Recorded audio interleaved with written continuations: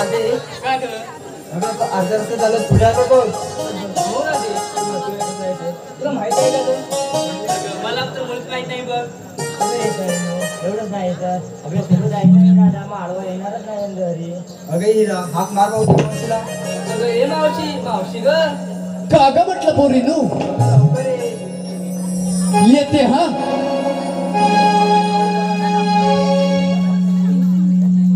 काग दिली आरोई राधे मला तू पाटेला. आहा शबस. काग दिली आरोई राधे मला तू पाटेला. करुण तयारी भरून गागारी राधे येते मी संगतीला.